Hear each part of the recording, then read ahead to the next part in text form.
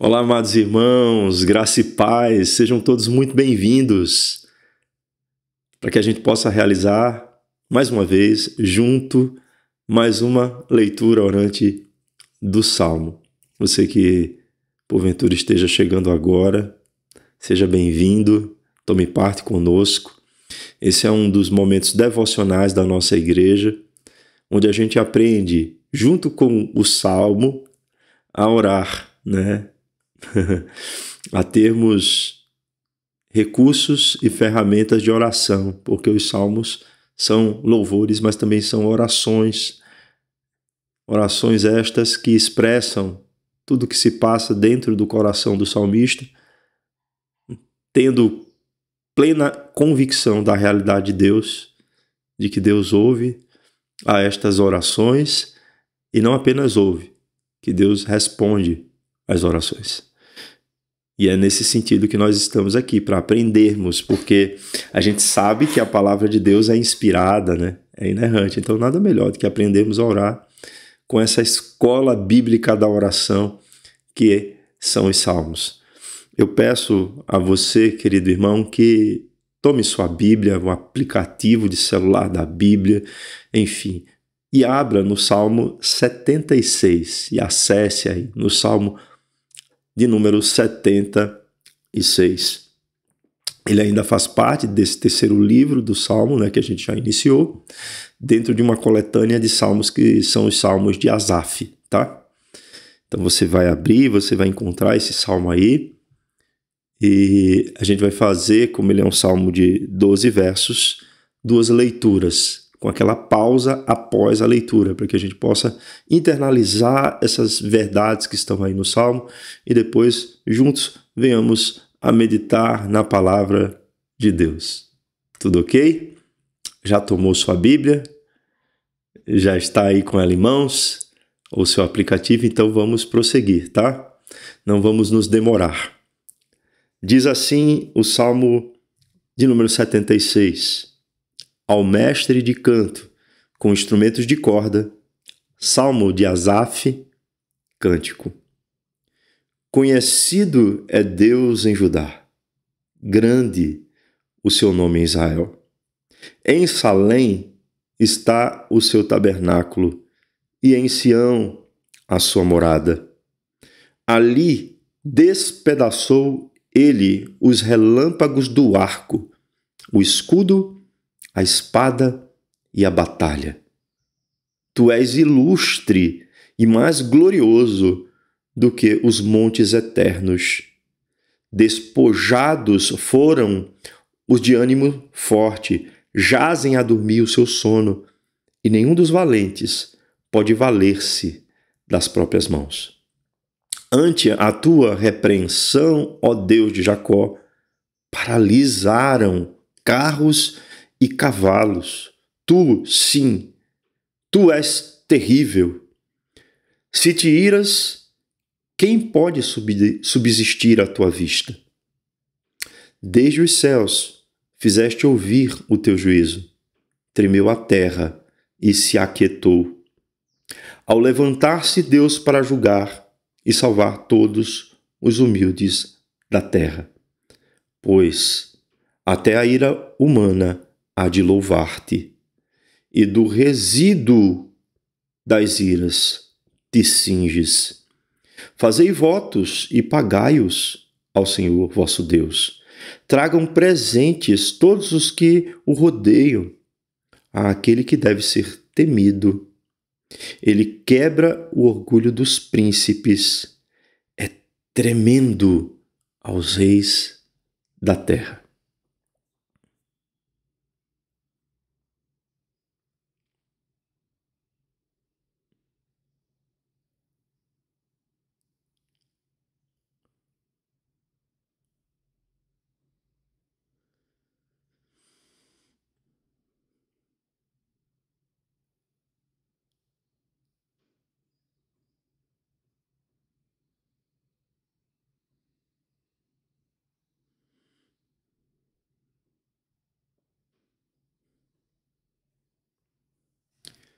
Conhecido é Deus em Judá, grande o seu nome Israel. Em Salém está o seu tabernáculo, e em Sião a sua morada. Ali despedaçou ele os relâmpagos do arco, o escudo, a espada e a batalha. Tu és ilustre e mais glorioso do que os montes eternos. Despojados foram os de ânimo forte, jazem a dormir o seu sono, e nenhum dos valentes pode valer-se das próprias mãos. Ante a tua repreensão, ó Deus de Jacó, paralisaram carros e cavalos. Tu sim, tu és terrível. Se te iras, quem pode subsistir à tua vista? Desde os céus fizeste ouvir o teu juízo. Tremeu a terra e se aquietou. Ao levantar-se Deus para julgar e salvar todos os humildes da terra. Pois até a ira humana há de louvar-te, e do resíduo das iras te cinges. Fazei votos e pagai-os ao Senhor vosso Deus. Tragam presente todos os que rodeiam, aquele que deve ser temido, que quebranta o orgulho dos príncipes. É tremendo aos reis da terra.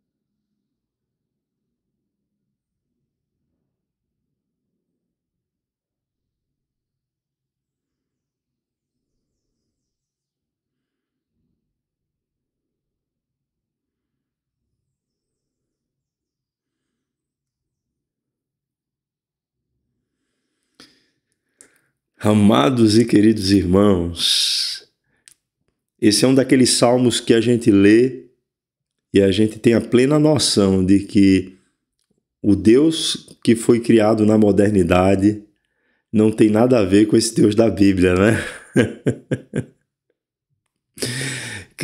Pintaram um Deus sem poder, sem força, sem majestade, sem o controle sobre todas as coisas, né? E quando lemos um salmo como este aqui, é um tapa de luva de pelica naqueles que assim desejam que Deus fosse, né?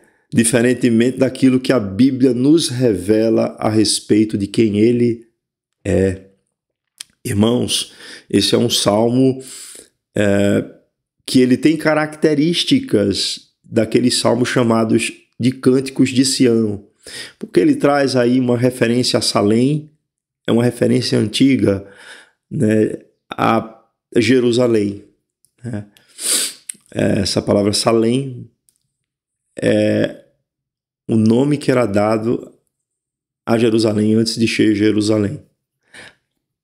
Então temos aí uma referência a Jerusalém e uma referência muito explícita, muito clara e evidente a Sião. Esse salmo ele é contextualizado dentro de um pano de fundo histórico, tá? E qual é o pano de fundo histórico? Se os irmãos lembram, Israel foi invadida, Jerusalém foi invadida e dominada pelo Império Neo-Assírio, sob a batuta do imperador Senaqueribe, no ano 701 a.C.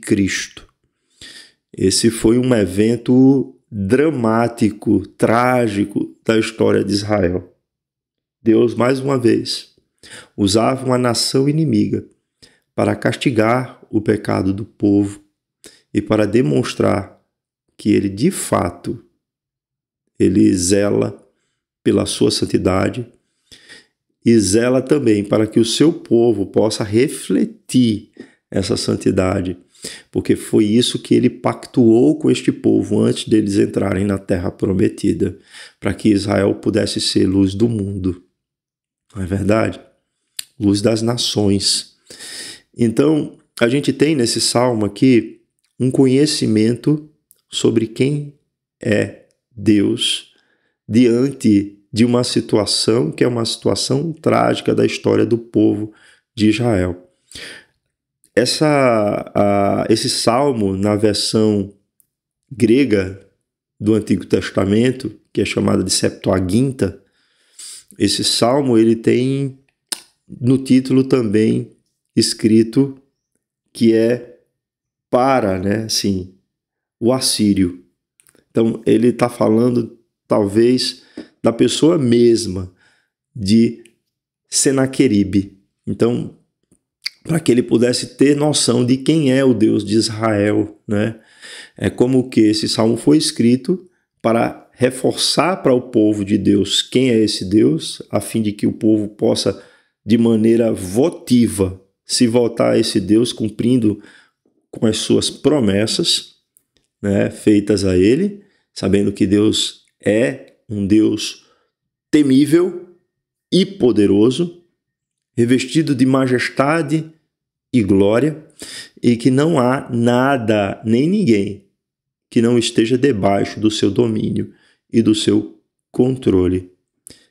Mas esse salmo ele também faz com que um povo inimigo, pagão, possa saber com quem eles estão lidando, né?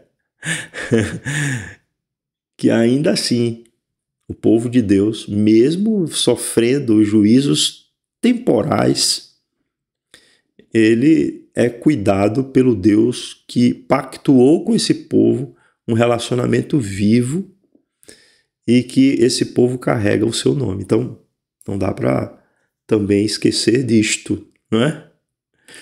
Esse salmo ele tem uma estrutura, irmãos, que é bem simples, né? Bem simples. Ele está dividido aí em 4 estrofes, né? Descrevendo quem é Deus a partir de um termo no particípio passivo, que é do verbo nifal, do hebraico.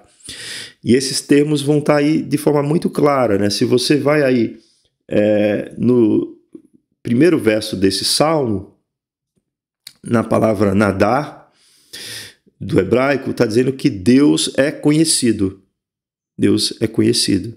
Essa é a primeira estrofe, tá?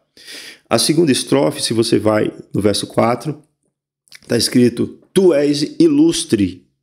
Ilustre. Aqui é no sentido de glória, tá? De luz, de iluminação, naor, do hebraico.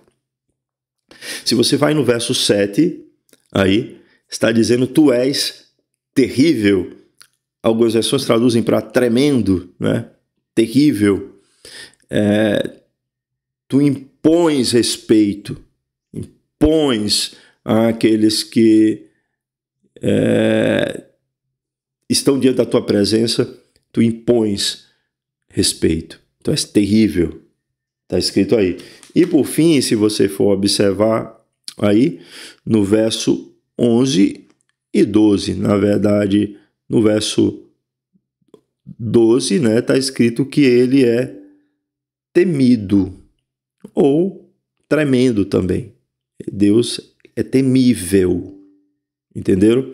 Então a gente tem, assim, essa divisão aí no Salmo, que é importante para que a gente possa fazer aqui a nossa análise e meditação e as aplicações.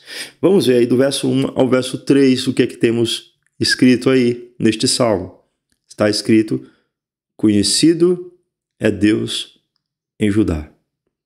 Grande o seu nome em Israel. Em Salém está o seu tabernáculo e em Sião a sua morada. Ali despedaçou ele os relâmpagos do arco, o escudo, a espada e a batalha. Vamos entender aqui a primeira porção desse salmo, a primeira estrofe desse salmo, ressaltando essa característica de Deus. Deus é conhecido de seu povo, tá? É essa a primeira característica. E Deus, ele é aquele que se auto-revela. Não somos nós que buscamos inicialmente a Deus, mas foi Ele que veio ao nosso encontro e assim se revelou conosco. Disso temos provas, desde o Éden, não é? Até, assim, aqueles pactos que foram celebrados ali, o pacto noaico, foi Deus que foi ao encontro de Noé, não é? O pacto abraâmico, foi Deus que foi ao encontro de Abraão, ainda naquele momento que ele vivia numa terra pagã, idólatra. Foi Deus que foi ao encontro de Davi. Então a gente percebe, meus irmãos, que é Deus que vai ao encontro do pecador e se auto-revela, se deixa conhecer deste pecador. Por que isso acontece, irmãos?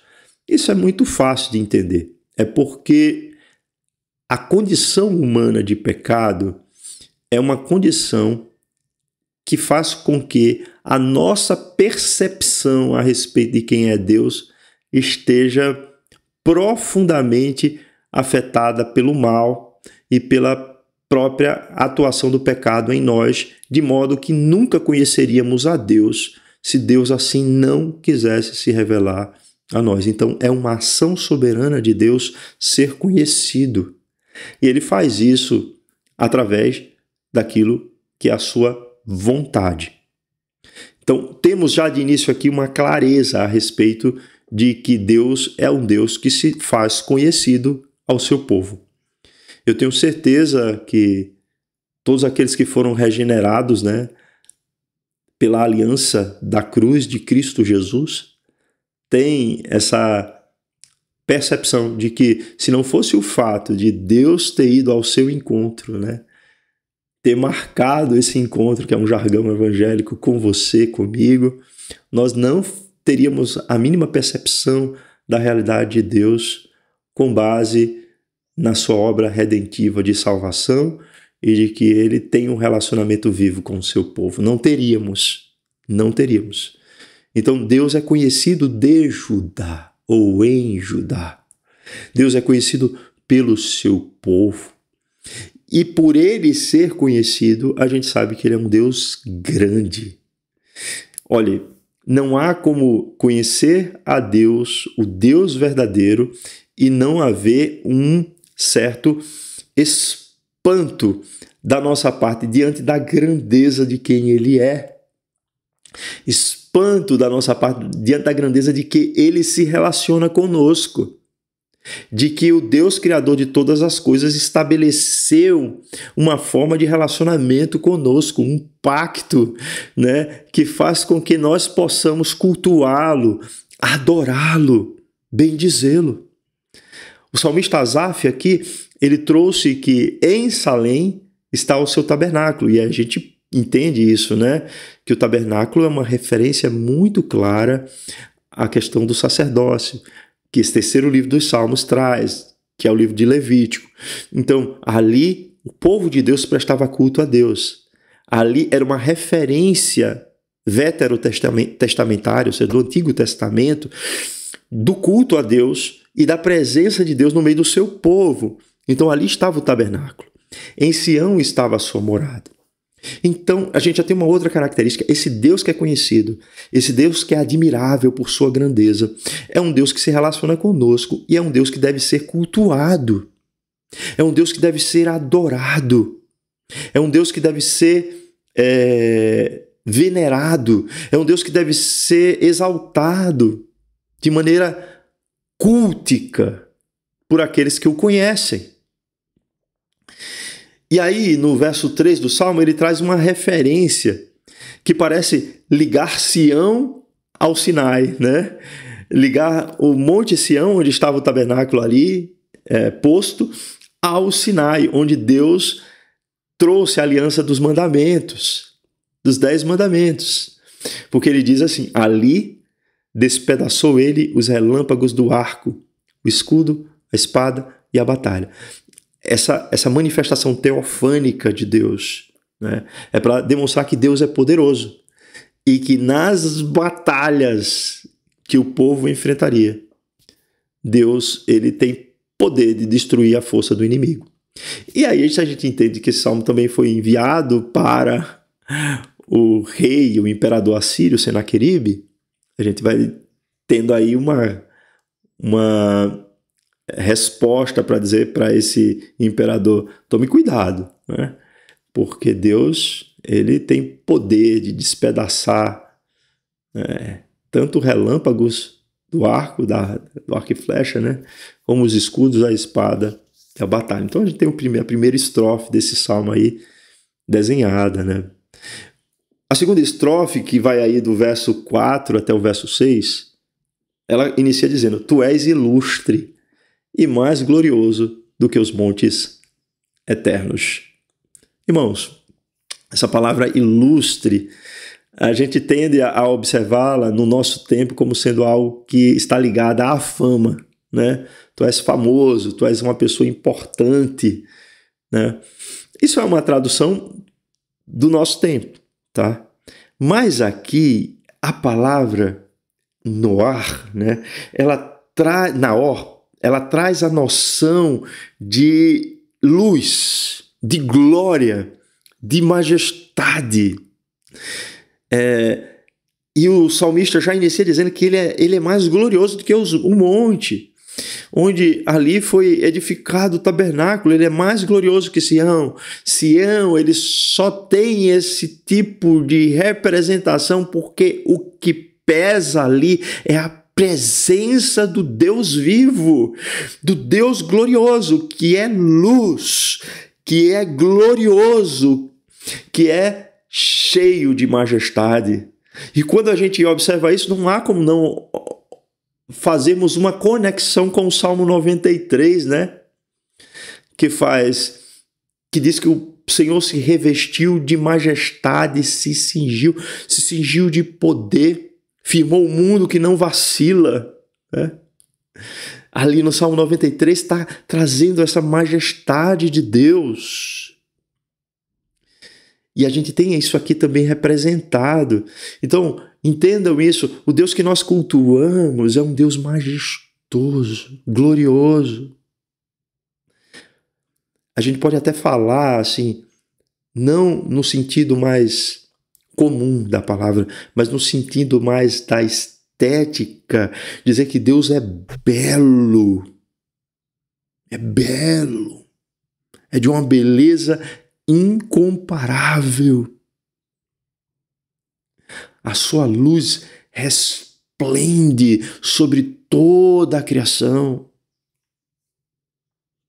Essa mesma luz que nos trouxe a verdade a respeito da sua obra, essa mesma luz que nos fez perceber a glória de Cristo Jesus, essa mesma luz que nos alcançou, abrindo os nossos olhos para a realidade deste Deus que é majestoso. Então, temos aqui que Deus é ilustre e mais glorioso que os montes eternos. E o inimigo diante desse Deus é nada, meus irmãos. Ele coloca aqui no verso 5, despojados foram os de ânimo forte, jazem a dormir o seu sono, e nenhum dos valentes pode valer-se das próprias mãos. Ou seja, se Deus não permitir que alguém possa executar a sua estratégia de guerra para vencer o inimigo, esse alguém não vai vencê-lo. É essa a palavra a Senaqueribe, que foi Deus quem permitiu que ele tornasse o seu povo cativo por conta dos pecados do seu povo, mas que ele não se ache muita coisa, porque no fim das contas é Deus que garante a vitória das batalhas. Então, nós não temos do que se orgulhar de nós mesmos, devemos dar glória ao Deus que é glorioso. É isso que está aqui trazido no Salmo. No verso 6 diz assim: ante a tua repreensão, ó Deus de Jacó, paralisam carros e cavalos. E a gente tem que entender isso aqui numa dinâmica de guerra, transportando para os nossos dias, né? Os carros e cavalos, meus irmãos, eram a aparelhagem bélica da nação inimiga. Entenderam? Era como eles se instrumentalizavam para a batalha. Hoje a gente poderia pensar em drone, caça, míssil, balístico, tanques, aeronaves. Então, assim, o que ele está dizendo assim? Se Deus disser não funcione, nada disso vai funcionar. Por mais que se tente. Deus tem um controle sobre isso. Ele pode permitir que funcione sim. Especialmente em alguns momentos que ele permite para que, no caso aqui, fazendo um contexto direto aqui, para que o povo sofresse as punições devido ao pecado, o seu próprio povo, né? Então Deus permitiu isso. Mas a ideia é que isso só pode acontecer se for de acordo com a permissão de Deus. Não é simplesmente porque Senaqueribe tinha um exército forte e poderoso. Porque por mais forte e poderoso que ele tivesse, a força contra Israel só seria aplicada se Deus assim permitisse que isso acontecesse. Irmãos, do mesmo modo, isso acontece na nossa vida. Não devemos, meus irmãos, temer a ação do inimigo, por mais forte que ele pareça ser contra nós. Por que não devemos temer a ação do inimigo? Porque se estamos vivendo um relacionamento vivo com Deus por meio de Cristo Jesus, somos por Deus protegidos e guardados. E por sermos por Deus protegidos e guardados, nós não devemos, como cristãos, agir neste mundo de maneira passiva, respondente. Não devemos agir assim, meus irmãos. A gente precisa agir de forma ativa, sabendo, meus irmãos, que nós somos fortalecidos por Deus para enfrentar a essas coisas, sabendo que Deus está do nosso lado, a não ser que a nossa vida esteja sendo vivida de maneira impenitente, desprezando a realidade de Deus e a sua aliança. Aí a gente vai sofrer as devidas consequências do nosso pecado, como já vimos em salmos anteriores. É isso que temos aqui. E aí chega no verso 7, né? Que diz agora que Deus é terrível ou tremendo. O Nifal aqui traz também essa conotação.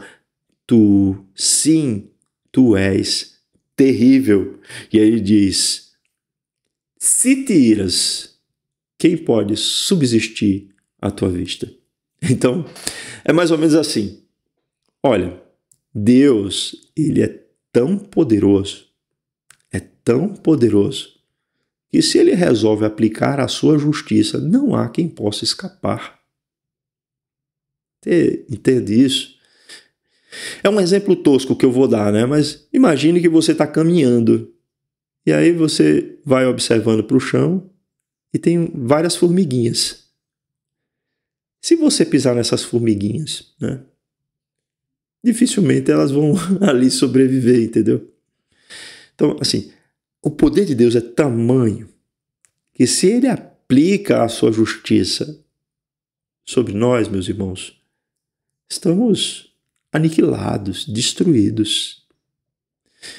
Esse Deus é um Deus tremendo, é um Deus terrível, porque não há quem possa subsistir à sua ira. E aí ele diz no verso 8, desde o céu fizeste ouvir o teu juízo, tremeu a terra e se aquietou. Ao levantar-se Deus para julgar e salvar todos humildes da terra. Pois até a ira humana há de louvar-te, e do resíduo das iras te cinges. Isso parece um pouco complexo, mas vamos entender passo a passo. Primeiro, ele está dizendo que o juízo de Deus está estabelecido desde o princípio, tá? Não é algo que ele foi construindo com o passar do tempo. Não, o juízo de Deus está estabelecido desde o princípio. Desde o princípio. Ele já estabeleceu para que ele possa julgar e salvar os humildes da terra. Então já está pré-estabelecido desde a eternidade, ok? E dentro da dinâmica temporal da vida, das coisas, essa justiça de Deus também se revela, especialmente àqueles que são salvos, porque a gente precisa lembrar que Deus é um pai, e o pai é aquele que disciplina o filho. Se o seu povo estava vivendo uma situação de pecado, Deus agiria contra esse povo, disciplinando esse povo, para que ele pudesse voltar aos seus caminhos, com o objetivo de salvar, tá? Aqueles que se arrependem dos seus pecados depois de terem sofrido as penas das consequências desses pecados. Então, Deus age na nossa vida assim. Então, o arrependimento, meus irmãos, é uma ferramenta do próprio Deus para que os nossos corações, humilhados pela realidade do pecado, possam observar a salvação de Deus. Então, se a gente não tiver dentro do nosso coração o entendimento de que somos pecadores, o entendimento de que a nossa natureza ela está corrompida pelo pecado, o entendimento de que os nossos pecados geram consequências nocivas à nossa vida. Se a gente não tem esse entendimento, meus irmãos, a gente não entendeu que Deus é um Deus salvador. A gente não entenderá isso de forma alguma. É feito alguém foi evangelizar uma pessoa e falou assim, você precisa ser salvo. E a pessoa falou assim, salvo de quê? Aí ele fez, não, dos seus pecados. Que pecados? Então, se a pessoa não tem nem noção de que ela é um pecador, ela é uma pecadora, quiçá ela vai ter algum tipo de necessidade interior de que um Salvador possa surgir para ajudá-la. E no caso nosso da condição de pecado, é tamanha a nossa condição de destruição por conta do pecado, que não temos nenhum tipo de capacidade de nos voltarmos a Deus se Deus assim também não o quiser, se Ele não agir no nosso coração, provocando em nós esse tipo de tristeza que opera a justiça de Deus. Que Deus tenha misericórdia de nós, para que isso sempre aconteça, para que os nossos corações sejam corações humildes, em que percebamos, que a boa mão de Deus está estendida de forma graciosa sobre a nossa vida, e que o pecado é o pecado. Ele vai ser sempre hediondo e um agravo contra a santidade de Deus. E Deus é um Deus que já estabeleceu o seu juízo, meus irmãos. Já tem data marcada, o dia que Deus julgará todos os povos. Todos os povos. É o que a gente chama na teologia de juízo final, Então isso já está certo, não tem o que fazer, já está determinado. E Deus faz ouvir o seu juízo, esse juízo que irá acontecer de maneira temporal, mostrando nessas aplicações de juízos temporais ao longo da história da redenção, que haverá um grande juízo final. E aí, meus irmãos, tem o verso 10, que é um pouco difícil de se entender. Ele diz assim, pois até a ira humana há de louvar-te, e do resíduo das iras te cinges. O que ele quer dizer com isso, meu irmão, minha irmã? Deus, ele está dizendo com isso que, por mais que uma nação haja acreditando que aquela ação dela é uma ação para destruir algo, ou uma obra, ou uma outra nação, no caso de Israel, que é o povo de Deus, no fim das contas, essa nação que está achando que ela que tem o controle sobre isso, o controle está nas mãos de Deus. Por quê? Deus utiliza essas nações para a aplicação dos seus juízos temporais, porém, muitos desses que sofrem os juízos temporais se arrependem dos seus pecados e se voltam para Deus. E Deus, na sua misericórdia, agora é louvado por essas pessoas. E aí ele vai aplicar agora os seus juízos contra a nação que agiu dessa maneira. Ou seja, Deus ele é perfeito. De tal maneira, meus irmãos, que até mesmo nesses juízos temporais, nessas iras humanas que são vividas assim dentro do contexto comum da nossa existência, Deus já está assim por trás, de maneira soberana, agindo. A gente não consegue perceber como isso se aplica de maneira plena, mas a gente sabe que Deus não perdeu nem por um segundo o governo sobre essas coisas. Ele continua sendo soberano sobre cada uma dessas ações. Então, a ira humana, até ela, há de louvar a Deus. Ou seja, aquilo que muitas vezes nos fazem de mal, pensando que isso vai nos abater, isso vai nos derrubar, isso vai fazer com que a gente não consiga mais caminhar. Deus reverte isso para que nós, arrependidos, nos voltemos para Ele e possamos glorificá-lo, louvá-lo e engrandecê-lo. Tá ok? E aí, por fim, a gente tem a última parte, né? Que Deus, Ele é um Deus temido. Temido. Fazei votos e pagai-os ao Senhor vosso Deus. Tragam presente todos aqueles que o rodeiam, aquele que deve ser temido. Ele quebranta o orgulho dos príncipes, é tremendo aos reis da terra. O que é que nós temos aqui por fim? É que Deus, Ele merece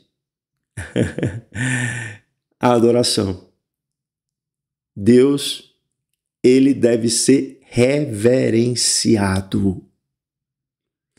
Deus, Ele deve ser reverenciado por todos. Aqueles que fazem votos, paguem esses votos ao Senhor, né? Esses votos, só para que os irmãos entendam, naquele contexto do tabernáculo tinha a ver com as ofertas, os tipos de ofertas, né? Ofertas pacíficas, ofertas, né? Tinha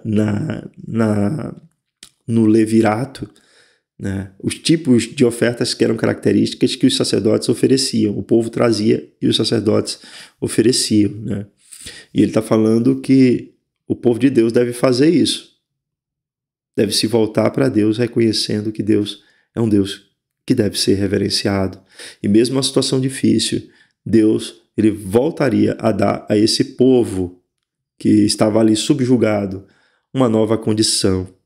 E quando isso assim ocorresse, que o povo pudesse estar de volta em Sião, pagando os seus votos ali que foram feitos.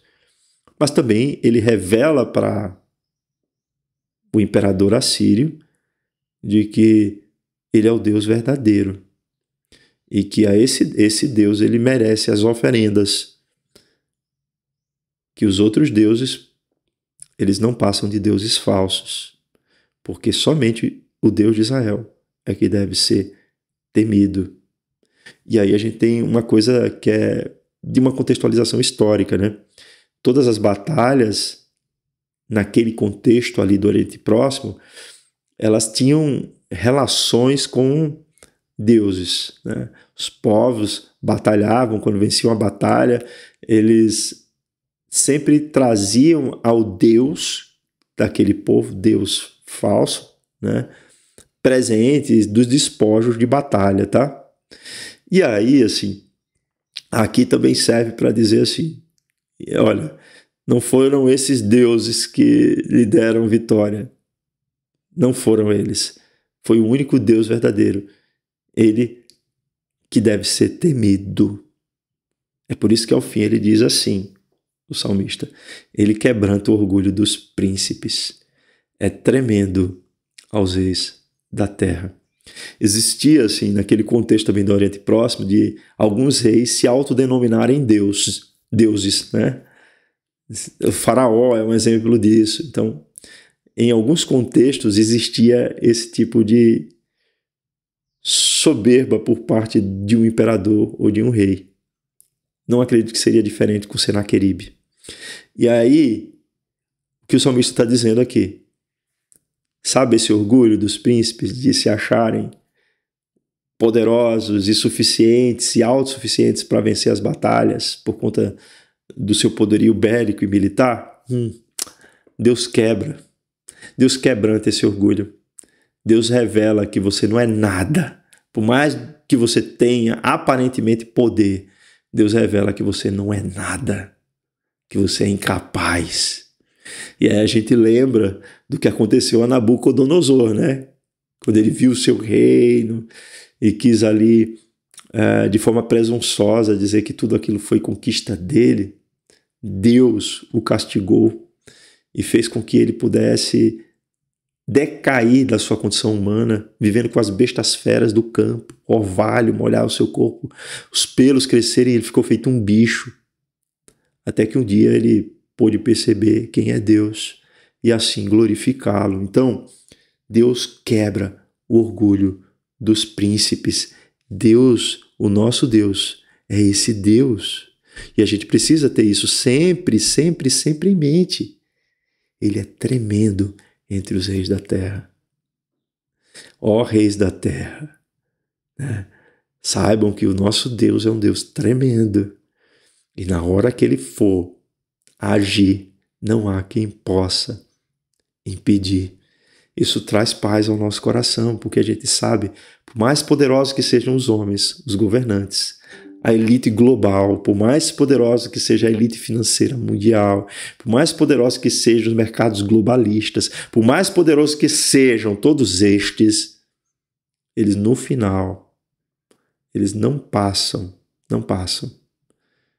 de homens pecadores mortais. Somente Deus é tremendo aos reis da terra. Somente Deus.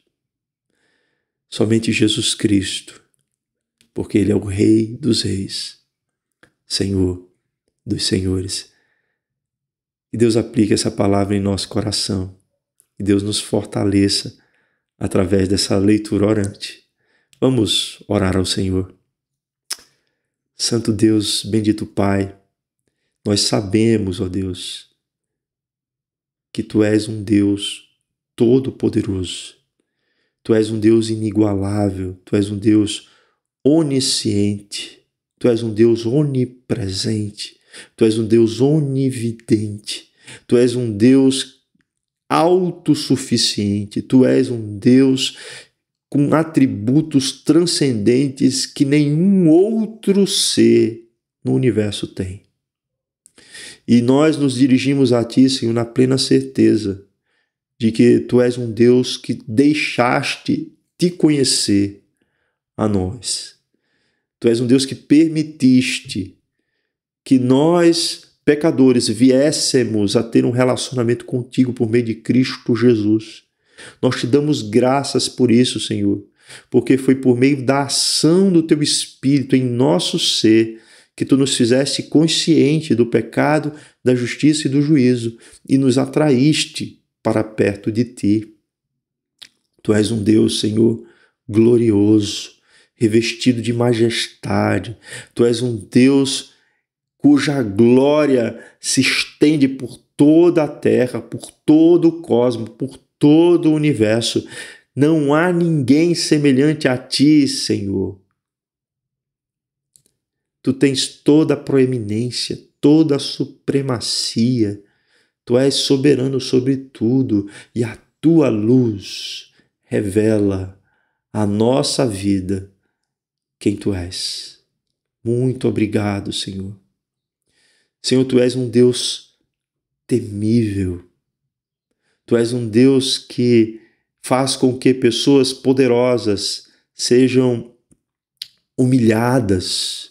Tu és um Deus que os Teus juízos são aplicados de tal forma desde a eternidade, que tens, Senhor, trazido aos corações daqueles que foram resgatados a convicção de que somos pecadores miseráveis e que precisamos ser, sim, advertidos, disciplinados por Ti, para que todas as vezes que isso aconteça, humilhemos o nosso coração, nos quebrantemos em Tua presença. Tu és o Deus que nos salva pela pessoa bendita de Jesus Cristo. Tu és um Deus tremendo em seus feitos, inigualável. E não há nenhum rei da terra que possa se comparar a Ti. Tu és um Deus que nos ajudas arrependidos, nos voltarmos a Ti para a adoração e glorificação do Teu nome, porque Tu és o único que merece ser adorado e cultuado. Senhor, Te damos graças por isso. Abençoa as nossas vidas. É isso que nós Te pedimos, em nome de Cristo Jesus, Teu Filho. Amém e amém. Queridos irmãos, até a próxima leitura do Salmo. Uma boa noite.